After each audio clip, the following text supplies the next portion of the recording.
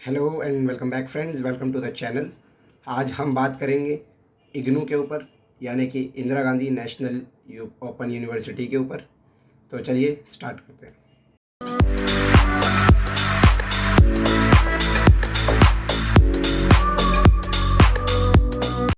दोस्तों, आज हम देखेंगे Indira Gandhi national open university, जिसे हम इग्नू के नाम से भी जानते हैं। तो इसके ऊपर आज हम रिव्यू करेंगे। क्या 12th के बाद जो स्टूडेंट्स अपनी जो 12th कर लेते हैं उसके बाद इन्हें ग्रेजुएशन या किसी भी तरीके का कोई कोर्स जो है वो इग्नू से करना चाहिए या नहीं करना चाहिए, इग्नू से करने के क्या फ़ायदे होते हैं, क्या नुकसान होते हैं। इसी के साथ साथ इग्नू के जो प्रोसीजर्स हैं वो कैसे काम करते हैं, एडमिशन, री रजिस्ट्रेशन, ये सारी चीज़ें हम देखेंगे इस वीडियो में। तो इस वीडियो में हम ये सारी चीज़ें कवर कर रहे होंगे। एक तो री रजिस्ट्रेशन, उसके बाद बैक या फेल अगर आप किसी एग्ज़ाम में होते हैं, उसके बाद एग्ज़ाम्स का क्या प्रोसीजर है, उसके बाद क्लास और असाइनमेंट क्या क्लासेस होती हैं, अगर होती हैं तो कैसे होती हैं, और नहीं होती तो फिर क्या करना है। उसके बाद एडमिशन का क्या प्रोसीजर है, देन स्टडी सेंटर के क्लासेस लेनी कहाँ पे जाके है। तो हम स्टार्ट करते हैं एक एक टॉपिक को और एक एक टॉपिक लेते हुए चलते हैं। तो सबसे पहला हमारा जो टॉपिक है वो है एडमिशन, कि एडमिशन करवाएं कैसे। सपोज़ कि हमने ये पूरी वीडियो देख ली, अब हमें पता लग गया कि हाँ, हमें इग्नू से ही पढ़ना है, तो इग्नू से एडमिशन करवाएं कैसे। तो दोस्तों, इग्नू में जो है जो दो टाइम सेशन चलते हैं। एक होता है जनवरी सेशन, यानी कि दो समय पे जो है वो इग्नू में एडमिशन चलते हैं, एक तो जनवरी सेशन और एक जुलाई सेशन। अब हम ये मान के चलते हैं कि आपने अगर जनवरी 2020 में एडमिशन ले लिया है, तो अब जो आपका जो एडमिशन है वो जनवरी 2020 सेशन का माना जाएगा। आप कभी भी बताओगे कि हमारा किस सेशन में एडमिशन हुआ है, तो आप जनवरी 2020 सेशन के स्टूडेंट हो। अब हम ये सपोज़ करते हैं कि कोई स्टूडेंट है जो 2023 में एडमिशन लेना चाह रहा है, तो अब वो जो सेशन के अंतर्गत जो एडमिशन लेगा वो जुलाई सेशन माना जाएगा, यानी कि जुलाई 2023 सेशन में उसका एडमिशन हुआ है। अब अगर वो बैचलर कोर्स करता है तो 3 इयर्स का हो जाएगा, और अगर वो डिप्लोमा करता है तो 2 इयर्स का, या कोई सर्टिफिकेट कोर्स जो कि 6 मंथ या 1 ईयर के होते हैं, उस हिसाब से जो है वो 10 ईयर एडमिशन का हो जाएगा। तो 3 साल के कोर्स हैं, 2 साल के कोर्स हैं, 6 महीने और 1 साल के लिए भी कोर्स हैं।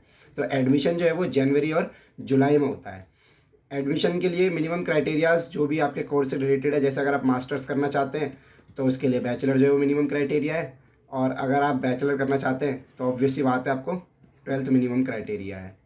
तो ये सारी चीज़ें हो गई एडमिशन के लिए, कि एडमिशन 2 सेशन में चलेंगे, जून में और जुलाई में। तो आप एडमिशन किसी भी कोर्स में ले सकते हैं, इग्नू बहुत सारे कोर्सेज करवाता है। आप ऑनर्स करना चाहें ऑनर्स कर सकते हैं, प्रोग्राम करना चाहें प्रोग्राम कर सकते हैं, MBA BEd जो भी कोर्स आप करना चाहें ये सारे इग्नू करवाता है। तो एडमिशन का जो है वो आपका जो प्रोसीजर है वो आपको समझ में आ गया होगा। उसके बाद बहुत ज़्यादा कन्फ्यूज़न होती है स्टूडेंट्स को री रजिस्ट्रेशन में। बहुत स्टूडेंट का बहुत बड़ा लॉस भी हो जाता है री रजिस्ट्रेशन ना करवाने से। तो री रजिस्ट्रेशन क्या प्रोसेस है, अगर आपका मान के चलिए, हम एग्जांपल लेके चलते हैं कि जुलाई 2021 में किसी स्टूडेंट ने एडमिशन करवा रखा है। तो जुलाई 21 में किसी ने अगर एडमिशन करवा रखा है फर्स्ट ईयर में, तो फर्स्ट ईयर अभी पढ़ रहा है, तो जुलाई 2021 में पढ़ने के बाद सेकेंड ईयर के लिए, यानी कि जुलाई 2022 के लिए उसका रजिस्ट्रेशन होता है। इसी प्रोसेस को री रजिस्ट्रेशन कहते हैं। इस पूरे प्रोसेस को री रजिस्ट्रेशन कहा जाता है। तो इस री रजिस्ट्रेशन में क्या होगा, इस री रजिस्ट्रेशन में आप अपने नेक्स्ट ईयर के सब्जेक्ट्स को सिलेक्ट करेंगे। जितने भी सब्जेक्ट होंगे आपके, वो सब्जेक्ट आप सिलेक्ट करेंगे। और री रजिस्ट्रेशन ना करवाने से क्या होता है, सपोज़ कीजिए कि यहाँ पे जुलाई 2021 चल रहा है और आपने जुलाई 2020 के लिए री रजिस्ट्रेशन नहीं करवाया, तो अगली बार जो री रजिस्ट्रेशन है ये नेक्स्ट ईयर या तो 6 मंथ बाद आएंगे, या तो ये री रजिस्ट्रेशन अगले साल होगा, नहीं तो ये 6 महीने बाद होगा। तो हम अगर मिनिमम भी देखें तो आप 6 महीना पीछे हो जाएंगे अपने कोर्स में। अगर आप जुलाई 2021 में थे और आपको री रजिस्ट्रेशन करवाना था जुलाई 2022 के लिए, पर आपको पता नहीं था या आपने नहीं करवाया, तो किसी भी कारण से अगर आपने नहीं करवाया तो अगली बार ये री रजिस्ट्रेशन दिसंबर में होंगे। तो अब आप दिसंबर में जो है वो री रजिस्ट्रेशन करवाएंगे, तो ये जुलाई से लेकर दिसंबर तक के आपके जो 6 मंथ है आप इसमें पीछे हो जाएंगे। तो री रजिस्ट्रेशन है ये ज़रूर करवाना है टाइम पे। जब भी आपका, अगर आप बैचलर डिग्री में ईयरली बेसिस पर अगर आपका कोर्स है, यानी कि 1 साल में जो है वो आपका कोर्स है, 1 साल में आपके एग्ज़ाम्स होंगे, 1 साल में आपका री रजिस्ट्रेशन होता है, तो आपको 2 बार री रजिस्ट्रेशन करवाना है। एक तो फर्स्ट ईयर में तो आपने रजिस्ट्रेशन करवाया ही है, उसके बाद सेकेंड ईयर का री रजिस्ट्रेशन करवाना है और थर्ड ईयर का री रजिस्ट्रेशन करवाना है। अब कुछ कोर्सेज़ है जैसे BCA, bachelor in computer application. In courses, ये जो कोर्सेज़ है ये 6 महीने के कोर्सेज़ होते हैं, 6 मंथ के कोर्सेज़ होते हैं। इसमें आपको हर 6 मंथ पे री रजिस्ट्रेशन करवाना होगा। हर 6 महीने बाद आपको री रजिस्ट्रेशन करवाना होगा। तो अगर मान के चलिए आप यहाँ किसी भी एक सेमेस्टर का री रजिस्ट्रेशन नहीं करवाते तो आप पूरा एक सेमेस्टर पीछे हो गए, और अब वो आपको सेकेंड टाइम जो है वो बर्डन पड़ेगा, यानी कि 2 सेमेस्टर का आपको, एक सेमेस्टर में आपको 2 सेमेस्टर पढ़ने पड़ेंगे। तो मैं होप आशा करता हूँ कि आपको री रजिस्ट्रेशन समझ में आ गया होगा। री रजिस्ट्रेशन जो है ये ज़रूर करवाइएगा जब भी आप एडमिशन ले लें। अब उसके बाद दूसरा टॉपिक है एग्ज़ाम, और अगर हम किसी एग्ज़ाम में बैक आते हैं या जैसे हम कहते हैं फेल हो जाते हैं तो उसके बाद क्या करना है। तो जैसे देखिए फ्रेंड, री रजिस्ट्रेशन के लिए एक फॉर्म आएगा। री रजिस्ट्रेशन के लिए जैसे एक फॉर्म आता है, तो री रजिस्ट्रेशन में आप क्या है अपने सब्जेक्ट चूज़ करते हैं कि हाँ नेक्स्ट ईयर में हमें कौन कौन से सब्जेक्ट पढ़ने हैं, हमें क्या क्या सब्जेक्ट पढ़ना है। वैसे ही जब आपके एग्ज़ाम्स होंगे तो आपके एग्ज़ाम जो है वो प्रोग्राम वाइज है। आपका प्रोग्राम अगर ईयरली बेसिस पे है, यानी कि साल के बेसिस पे आपके एग्ज़ाम होंगे, तो आपके एक साल में एग्ज़ाम होंगे और सारे सब्जेक्टों का एग्ज़ाम ले लिया जाएगा। अगर आपका सेमेस्टर बेस है तो आपके 6 महीने पे यानी कि 6 मंथ में एग्ज़ाम होंगे, और 6 मंथ के लिए आपके जो सब्जेक्ट है उनका एग्ज़ाम ले लिया जाएगा।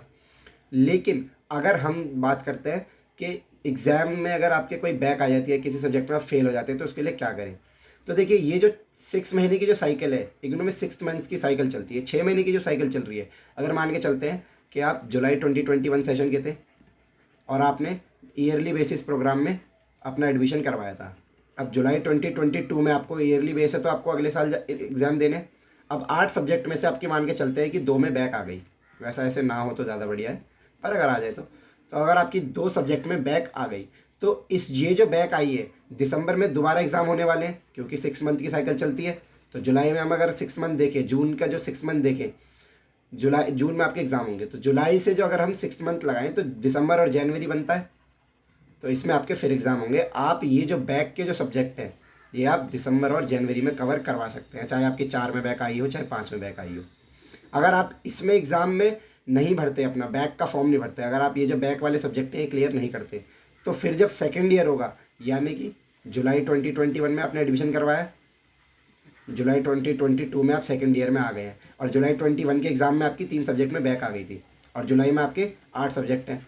तो इन 8 का तो आपको जुलाई 23 में, ध्यान से समझने की कोशिश कीजिए, जुलाई में आपने एडमिशन लिया है, 3 सब्जेक्ट में बैक, जुलाई में आपने एडमिशन लिया था और 2022 में जो एग्ज़ाम दिया था आपने, उसमें आपकी 3 सब्जेक्ट में बैक आ गई, ठीक है। उसके बाद आपने बैक के जो 6 मंथ बाद जो एग्ज़ाम फॉर्म आया, वो एग्ज़ाम फॉर्म आपने भरा नहीं, तो आपको जुलाई के साथ जो जुलाई के जो पेपर हैं, जो कि 23 में होने, 22 के जो पेपर हैं, ये 8 के साथ आपको 3 बैक के सब्जेक्ट भी देने होंगे, यानी कि आपको टोटल 8 और 3 11 सब्जेक्ट देने होंगे। अब इन 11 सब्जेक्ट जो है, इन 11 में से मान के चलते हैं आपकी फिर इस बार 5 सब्जेक्ट में बैक आ गई, तो सेकंड ईयर के जो पेपर, जो सेकंड ईयर आपने कंप्लीट कर लिया है, अब थर्ड ईयर में आप आ गए हो, थर्ड ईयर के जो एग्ज़ाम आप 24 में दोगे, मान के चलिए थर्ड ईयर में भी आपके 8 सब्जेक्ट हैं, तो ये 8 सब्जेक्ट जो हैं और 5 में आपकी बैक आई है, तो इस बार आपको 13 सब्जेक्टों का पूरा एग्ज़ाम देना है। तो एग्ज़ाम और बैक में आपको समझ में आ गया। एग्ज़ाम फॉर्म जब भी आप भरेंगे, आप एक सेंटर चूज़ करेंगे, आपको जहाँ भी जाना हो। अगर आप जो सेंटर चूज़ करते हैं, पहली पॉसिबिलिटी है कि आपको वह सेंटर मिल जाता है, पर अगर किसी भी कारण से, या हो सके सीटिंग अरेंजमेंट ना अरेंज हो पाई हो या किसी भी प्रॉब्लम से, तो इग्नू अपनी तरफ से वो सेंटर आपको दे देगा। तो एग्ज़ाम है, एग्ज़ाम फॉर्म है, इग्नू का सेंटर है, बस। और बैक आ गई तो नेक्स्ट 6 मंथ में या कभी भी जो 6 महीने बाद जब भी आपका एग्ज़ाम फॉर्म आए, वो एग्ज़ाम फॉर्म आप भरिए और अपने बैक के सब्जेक्ट को क्लियर करवाइए। अब देखते हैं हम कि इग्नू में क्लासेस कैसे होती है, यानी कि हमारा जो कोई भी प्रोग्राम है, कोई भी कोर्स है, उसके लिए पढ़ाई कैसे करें, और फिर आप एक असाइनमेंट और एक प्रैक्टिकल, ये 2 चीज़ें आपको सुनने में आई होंगी, और स्टडी सेंटर। तो सबसे पहले एक एक करके क्लासेस को देख लेते हैं।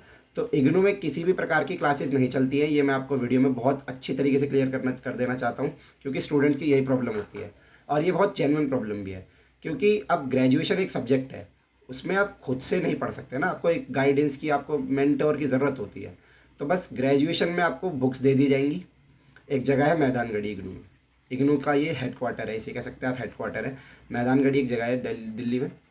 तो यहाँ आप जाइए, यहाँ आपको सारी बुक्स मिल जाएंगी आपकी। तो बुक्स लेके आपको सेल्फ स्टडी करनी है, किसी भी प्रकार की कोई भी क्लासेस अरेंज नहीं होती है। हाँ, काउंसलिंग सेशंस जो है इग्नू करवाता है, वो भी किसी किसी स्टडी सेंटर पे नहीं होते हैं, तो इसका भी कुछ कर नहीं सकते हम। तो काउंसलिंग सेशन जो है ये इग्नू अरेंज करवाता है। लगभग आपको प्रोग्राम के हिसाब से आपके 6 से 8 काउंसलिंग सेशन मिलते हैं।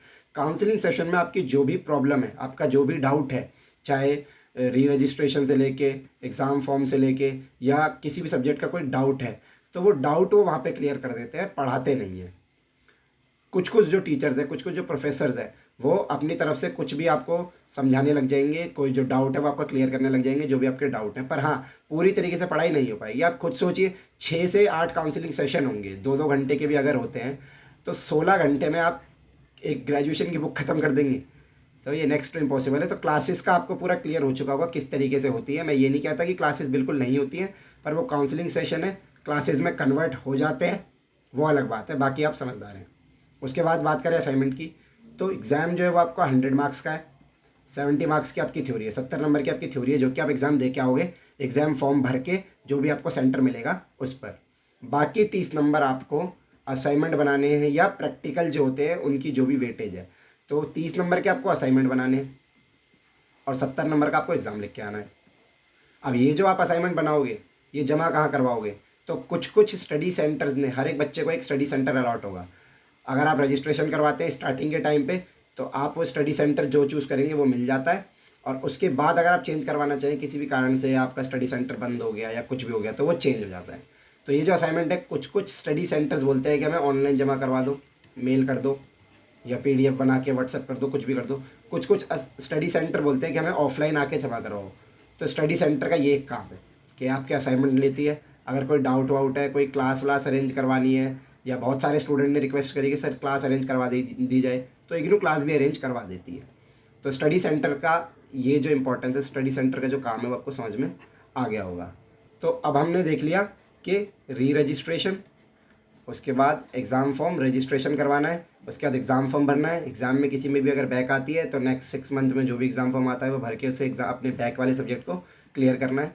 उसके बाद असाइनमेंट टाइम पे बनाने, उनको सबमिट करना है स्टडी सेंटर पे। उसके बाद री रजिस्ट्रेशन के बाद हमें कोई भी क्लासेस नहीं मिलेंगी, काउंसलिंग सेशंस होंगे। काउंसलिंग सेशंस को अगर स्टूडेंट जो है वो बहुत अगर अच्छी पॉपुलेशन में आते हैं, तो काउंसलिंग सेशंस जो है वो क्लासेस में कन्वर्ट कर दिए जाते हैं according to the strength of the class, according to the doubts. कुछ कुछ स्टडी सेंटर बहुत अच्छे से काम भी करते हैं, वो क्लासेस भी करवा देते हैं आपकी। उसके बाद एक चीज़ आपको पता पड़ी होगी, वो होगी रीजनल सेंटर।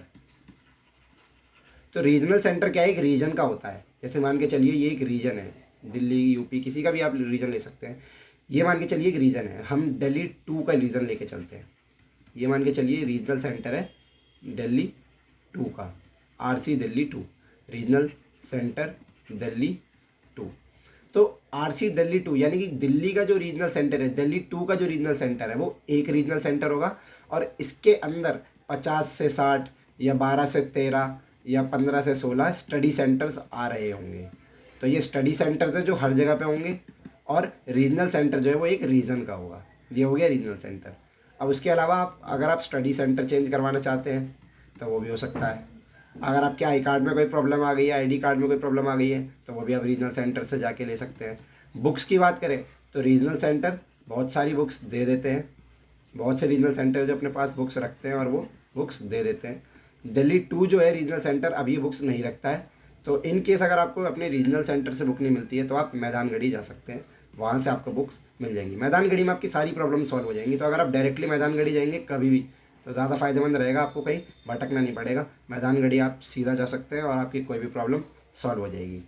तो हमने री रजिस्ट्रेशन देख लिया, हमने बैक देख लिया, exams, classes and assignment, admission कैसे होगा, स्टडी सेंटर। अब इसके अलावा मुझे नहीं लगता कि कोई चीज़ छूट गई है, लेकिन अगर कुछ चीज़ छूट गई हो तो आप मुझे कमेंट में बता दीजिएगा, मैं उसे क्लियर कर दूँगा। तो वीडियो देखने के लिए आपका बहुत बहुत धन्यवाद, और कोई डाउट हो तो कमेंट सेक्शन में बता दीजिएगा। फिर मिलेंगे, धन्यवाद।